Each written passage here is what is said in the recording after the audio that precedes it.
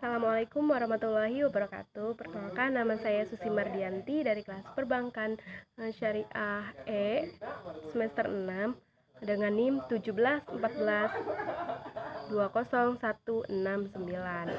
Di sini saya akan menjawab pertanyaan Ibu. Yang pertama yaitu gambaran umum dasar dan prinsip pengawasan bank. Yang pertama yaitu di sini pemerintah.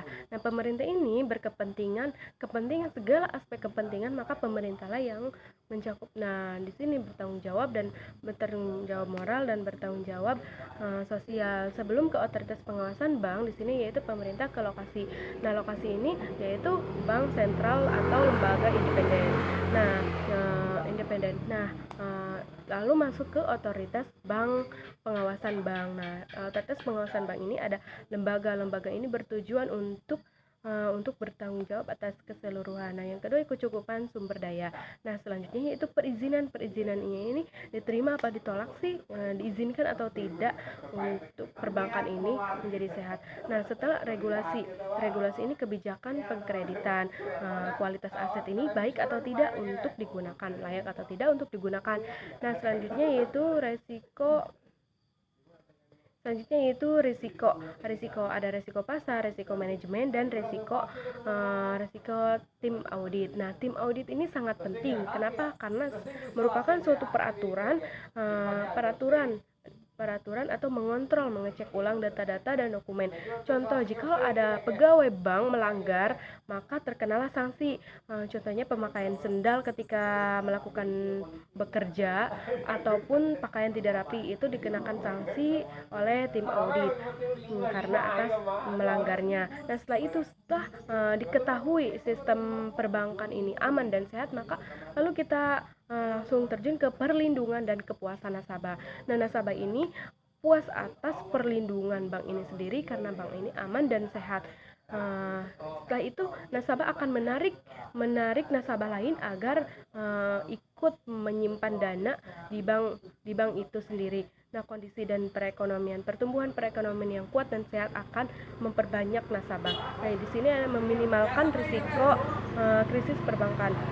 Setelah menarik nasabah lain, maka risiko krisis perbankan tersebut sudah mengurangi.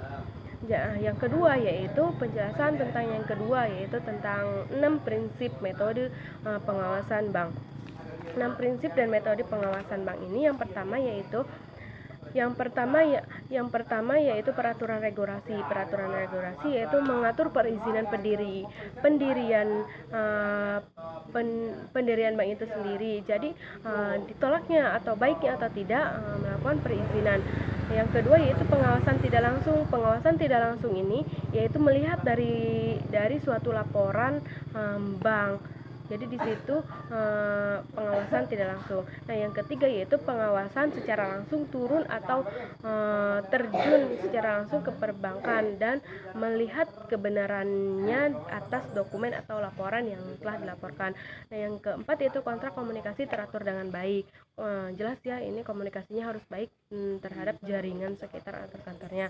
Dan yang kelima yaitu tindakan remedial atau penerapan sanksi jika ada pelanggaran. Nah, yang terakhir kerjasama dengan otoritas pengawasan bank ini perlu karena kita harus memiliki channel yang lebih banyak atau channel yang lebih banyak di luaran. Jadi kita perlu adanya kerjasama antara bank-bank yang aman dan sehat. Nah, yang terakhir yaitu prinsip kehati-hatian. Nah, prinsip kehati-hatian ini sangat penting untuk bank. Karena kenapa? Karena agar tidak terjadi penyalahgunaan atau kesalahan atau meminimalisirkan resiko yang telah ditetapkan. Jadi prinsip kehati-hatian sangat penting agar tidak percaya orang lain, agar tetap bank ini aman dan bank ini baik dan layak untuk masyarakat menyimpan dana.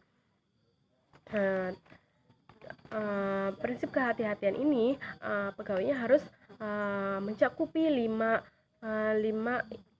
prinsip, yaitu yang pertama karakter, yang kedua